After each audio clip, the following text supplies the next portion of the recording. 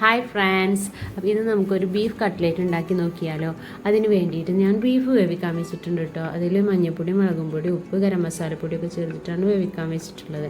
പിന്നെ അതിലേക്ക് വേണ്ട പൊട്ടാറ്റോ നൈസായിട്ട് ഇതിൻ്റെ തൊലിയൊന്ന് ചേർത്തി കളയാം കേട്ടോ ഗൈസ്. അങ്ങനെ ഹൈ ഫൈബർ അടങ്ങിയ വെജിറ്റബിളാണ്. ഒരു വൈറ്റമിൻ എ കിഡ്നി സ്റ്റോണിന് തടയാനും ഈ ഒരു വെജിറ്റബിൾ ബെറ്ററാണ്. അതിൻ്റെ ഇടയിൽ മോളൂസിന് പൊട്ടാറ്റോ ചെത്തണമെന്ന് പറഞ്ഞപ്പോൾ അവിടെ വന്നിട്ടോ കൂടെ ചെത്താൻ വേണ്ടിയിട്ട്. അവിടെ ഇങ്ങനെ സൂക്ഷ്മതയോട് കൂടിയിട്ട് നിന്ന് ചെത്തി നോക്കുന്നുണ്ട് കേട്ടോ. അവളെ കൊണ്ട് പറ്റണില്ല ഗൈസ്.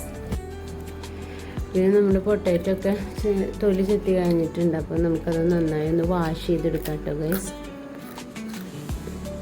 പിന്നെ വാഷ് ചെയ്തതിന് ശേഷം പിന്നെ നമുക്ക് റസ്ക് ഒന്ന് പൊടിച്ചെടുക്കാം കേട്ടോ നൈസായിട്ട്.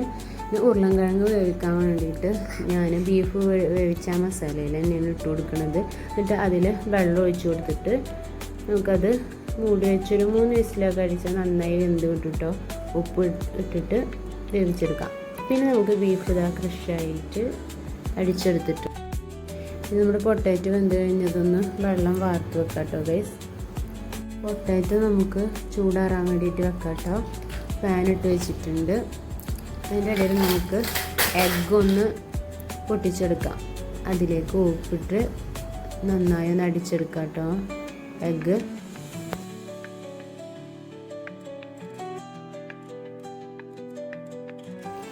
അടുത്ത പരിപാടി നമ്മൾ ക്രഷ് ചെയ്ത് വെച്ച ബീഫ് എടുത്തിട്ട് അതിലേക്ക് ഇട്ട് കൊടുക്കുക. അതിന് ശേഷം ഉരുളൻകിഴങ്ങ് വേവിച്ച് വെച്ചത് എടുത്തിട്ടൊന്ന് പൊടിച്ച് മിക്സ് ചെയ്തിട്ട് അതും കൂടെ ചേർത്തിട്ട് നമുക്ക് റോളാക്കി എടുക്കേണ്ടതാണ് കേട്ടോ. പിന്നെ അതൊരു ഷേപ്പിൽ ആക്കി എടുക്കുക വേണം കേട്ടോ, കട്ട്ലേറ്റിൻ്റെ ഷേപ്പിൽ. പാചകം ചെയ്യാൻ ഇഷ്ടപ്പെടാത്തവരായിട്ട് ആരും ഉണ്ടാവില്ലല്ലോ. ചിലവർക്ക് ഭക്ഷണം കഴിക്കാനായിരിക്കും ഇഷ്ടം, ചിലവർക്ക് പാചകം ചെയ്യാനായിരിക്കും ഇഷ്ടം. അത് ഓരോരുത്തരുടെ ഇഷ്ടങ്ങളാണല്ലോ. അങ്ങനെ നമ്മുടെ അതൊക്കെ മിക്സ് ചെയ്തിട്ടുണ്ട്. ഇനി നമുക്ക് ഷേപ്പ് ഉണ്ടാക്കിയെടുത്തതിന് ശേഷം നമ്മുടെ ഓയിലിട്ട് പൊരിച്ചെടുക്കാം.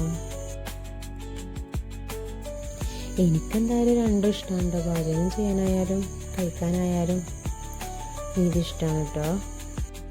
പാചകം ഒരു കലയാണ് എന്നൊക്കെ അല്ലേ പറയുക. പാചകത്തിനെ പറ്റി നിങ്ങൾക്ക് എന്താണ് അഭിപ്രായം എന്നുണ്ടെങ്കിൽ ഒന്ന് കമൻറ്റ് ചെയ്യണം കേട്ടോ ഗൈസ്.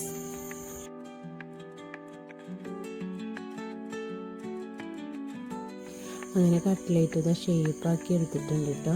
ഇനി നമുക്ക് എഗ്ഗിൽ മുക്കിയിട്ട് റസ്ക് പൊടിയിലും മുക്കി അങ്ങനെ ഓയിലിൽ ഇട്ടിട്ട് ഫ്രൈ ചെയ്തെടുക്കാം.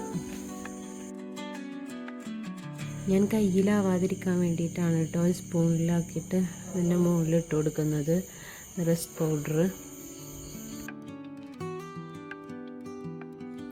നമ്മുടെ ജീവിത വിജയത്തിന് വേണ്ടി ഒന്നിൽ മാത്രം ഒതുങ്ങി പോവാതെ വ്യത്യസ്ത തലത്തിൽ നമുക്ക് വിജയം കാഴ്ചവെക്കാൻ കഴിഞ്ഞാൽ അത് വലിയൊരു സന്തോഷകരമായ നിമിഷങ്ങൾ തന്നെയായിരിക്കും.